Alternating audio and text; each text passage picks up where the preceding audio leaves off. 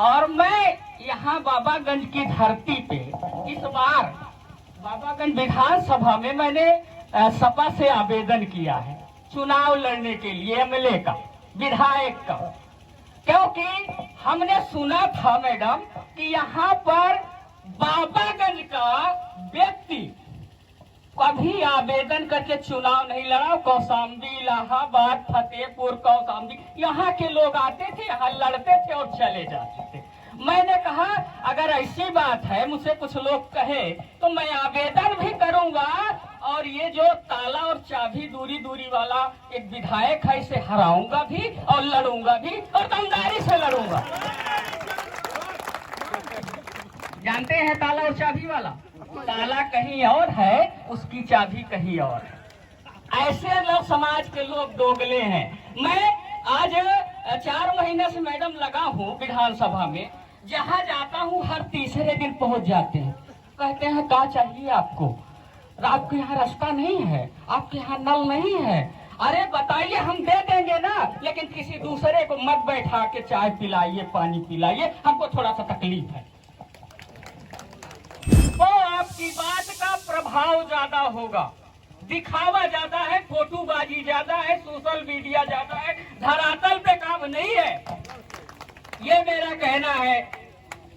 इसलिए आप सब जो है, जो हमारे समाज में है, अभी पंचायत का मैडम चुनाव हुआ, जो रिजल्ट रहा, हमारा समाज सबसे ज्यादा मांस पे बिकता है, शराब पे बिकता है। ये कहने की बात नहीं है, सच्चाई है, मैंने देखा है।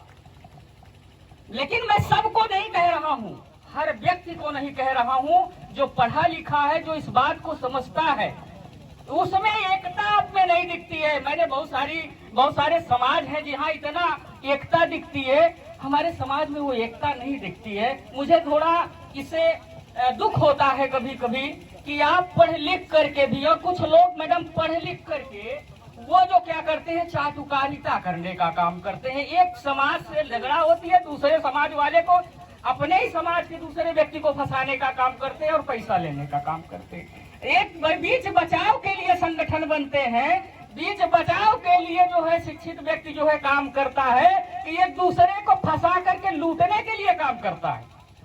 इस बात का दुख है। इसलिए मैं चाहूंगा कि पासी समाज एक मंच पर आए, जितने भी यहाँ आज संगठन के लोग आए हैं, जितने भी पदाधिकारी आए हैं, वो प्रण करें कि भले संगठन अलग अलग हो, जैसे जो है नदियां नाम अलग अलग होता है, लेकिन वो सब बह करके सिर्फ एक जगह जाती है जिसका नाम है समुद्र, मिल जाती हैं। तो आपका भी उद्देश्य और टारगेट एक होना चाहिए और एक तरह का निशाना साधिए, तब आप सफल होंगे, तभी आपकी आवाज सुनी जाएगी और समझी जाएगी। अन्यथा आप जो है ऐसे हाथ पैर मारते रहेंगे और वो लोग मजा लेते रहेंगे। इसलिए मैं कहूंगा कि आप संगठित होइए। देखिए, जब सवाल उठा था राजनीति का, तो हमारी बहन बैठी है, मैं इनको बहुत फॉलो करता हूँ, शायद इनको नहीं पता होगा, मैं बहुत फॉलो करता हूँ और मैं इनकी राजनीति से बहुत जो है प्रभावित हूँ। इसलिए प्रभावित हूँ कि अंग्रेजों के जमानों में जो चार काटिका करते थे कि एमएलए एमपी बना दिया जाता था और अंग्रेजी में बात होती थी, हिंदी वाले ताली बजाते थे ना। लेकिन बहन जी ने बीजेपी में रहते हुए ताली बजाने का काम नहीं किया, बल्कि उनकी नीतियों का विरोध किया, उनके रास्ते पर न चलने का, उन्होंने संविधान के रास्ते पर चलने का निर्णय लिया, बाबा साहब के रास्ते पर चलने का निर्णय लिया और पार्टी को छोड़ दिया। कहने का मतलब है, विचारधारा की जो लड़ाई है ना, विचारधारा की जो लड़ाई है, उससे समझौता किसी को नहीं करना चाहिए। और जो समझौता कर लेता है वो आदमी नहीं होता है, उसे कहा जाता है कि समाज का सबसे मक्कार व्यक्ति है। इसलिए मैं इंटर कॉलेज का प्रवक्ता हूँ, इंटर कॉलेज का टीचर हूँ और सीतापुर में पोस्टिंग है मैडम। और मैं यहाँ बाबागंज की धरती पे इस बार बाबागंज विधानसभा में मैंने सपा से आवेदन किया है चुनाव लड़ने के लिए, एमएलए का, विधायक का, क्योंकि हमने सुना था मैडम कि यहाँ पर बाबागंज का व्यक्ति कभी आवेदन करके चुनाव नहीं लड़ा। कौशाम्बी, इलाहाबाद, फतेहपुर, कौशाम्बी, यहाँ के लोग आते थे, यहाँ लड़ते थे और चले जाते थे। मैंने कहा अगर ऐसी बात है, मुझसे कुछ लोग कहे तो मैं आवेदन भी करूंगा और ये जो ताला और चाबी दूरी दूरी वाला एक विधायक है इसे हराऊंगा भी और लड़ूंगा भी और दमदारी से लड़ूंगा। जानते हैं ताला और चाबी वाला? ताला कहीं और है, उसकी चाबी कहीं और है। ऐसे लोग समाज के लोग दोगले हैं। मैं आज 4 महीने से मैडम लगा हूँ विधानसभा में, जहाँ जाता हूँ हर तीसरे दिन पहुँच जाते हैं, कहते हैं क्या चाहिए आपको, आपके यहाँ रास्ता नहीं है, आपके यहाँ नल नहीं है। अरे बताइए, हम दे देंगे ना, लेकिन किसी दूसरे को मत बैठा के चाय पिलाइए, पानी पिलाइए, हमको थोड़ा सा तकलीफ है। ये तकलीफ है, एक गुलाम को तकलीफ है। गुलाम है या नहीं है बताइए आप लोग, गुलाम है या नहीं है? अगर स्वतंत्र होता, गुलाम नहीं होता तो समाज के लिए काम करता। मैडम रास्ता चल के आई है, रास्ते की हालत को देखी हूँ। किसी के यहाँ नल देने की उसकी हिम्मत नहीं है, किसी को बिना पूछे महाराज जी से एक नल का दे दे। पहले महाराज जी का परमिशन लेंगे तब एक नल का देंगे, समझ रहे हैं ना? इसलिए इस बार सोच समझ के वोट करिएगा भैया, ठीक है?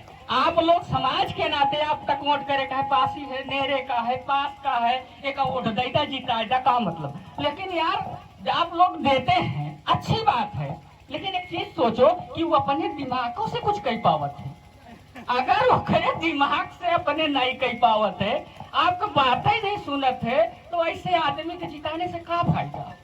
ऐसे आदमी को विधानसभा भेजने से क्या मतलब है?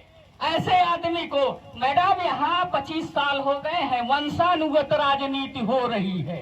वंशानुगत, बाप के बाद बेटा, बाप के बाद बेटा। ये जो हमारे युवा साथी हैं तमाम तरह के संगठन बना के बैठे हैं कि कभी हमको भी राजनीति में जो है अवसर मिलेगा। इनके भविष्य के साथ इतना खिलवाड़ होता चला जा रहा है कि कबो जो है अगर मन बना ले कि जिला पंचायत का चुनाव लड़ना है ना, तो घंटे घर वैसे का उठवा लेते हैं, घर वैसे का उठवा लेते हैं। अब की सपा का थोड़ा जोर रहा तो कुछ पैसा पाए गए बीडीसी लोग, कुछ पैसा पाए गए जिला पंचायत वाले। ए बरे कि विपक्ष दिखाए करे, पहले कबो विपक्ष मैडम नहीं आना दिखा नहीं दिखा ना। इसीलिए कह रहे हैं कि भैया आप समझ जाइए, ये समाज है और समाज को एक होकर के लड़ना चाहिए, ये जान लीजिए आप। मैं ये समझता हूँ कि 73% कहा जाता है कि पढ़े लिखे लोग हैं भारत में, और पासी समाज काफी पढ़ा लिखा है और बुद्धिजीवी है, और जो मंच में बैठे हैं ये लगातार आपके लिए संघर्षरत हैं, आपकी आवाज उठाने के लिए संघर्ष हैं, आपके लिए प्रयासरत हैं। अगर आप इन प्रबुद्ध जन लोगों का, इन समाज के लोगों का आप ईमानदारी से साथ दे दीजिए तो ये लोग बता रहे कि देश में एक झंडा गाड़ देंगे पासी समाज का, जो उपेक्षित है, जिसे सम्मान नहीं मिलता। सम्मान इसीलिए नहीं मिलता कि हम एक नहीं, हम सम्मान इसलिए नहीं मिलता कि हम एक नहीं हैं। बाबा साहब ने बड़ा प्रयास किया, बड़ा दूरी दूरी बैठ के शिक्षा ग्रहण करे, बड़ा पढ़ाए दे। बाबा साहब को बड़ा गरियावत रहते हमारे समाज के लोग। कभी कभी बड़ी तकलीफ होती है कि उनको पढ़ा नहीं, उनको समझा नहीं। अरे ना समझने वाले लोग गाली क्यों देते हो? पहले पढ़ो, उनको समझो। उन्होंने क्या कहा? अभी एक भाई साहब ने कहा था कि बाबा साहब की उक्ति थी कि शिक्षा उस शेरनी का दूध है जिसे पिया, जो पिएगा वही दहाड़ेगा। तो कहने का मतलब उन्होंने गलत कहा था? अच्छी बात तो कही थी, तो आपको गलत कहाँ से लगती है? मुझे इस बात का दुख है जो संकुचित मानसिकता के लोग हैं, थोड़ा सा निकल के किताब भी पढ़ लें। मैडम पढ़ी है, देख लीजिए, इनके भाषण को सुन लीजिए, यूट्यूब पर सुन लीजिए। कम से कम किसी को अपना आदर्श बना लीजिए। हम तो अपने आदर्श बाबा साहब को बना लिए, आप भी बना लीजिए ना। आगे बढ़ना है तो आदर्श बनाना पड़ेगा, मानना पड़ेगा, उनका अनुसरण करना पड़ेगा। समय बहुत कम है, इसलिए बहुत ज्यादा नहीं, सबको समय देना है। दूर दूर से लोग हैं, हम तो लोकल है, कहीं यही चिल्लाए तो अगला का हो। धन्यवाद, जय भीम।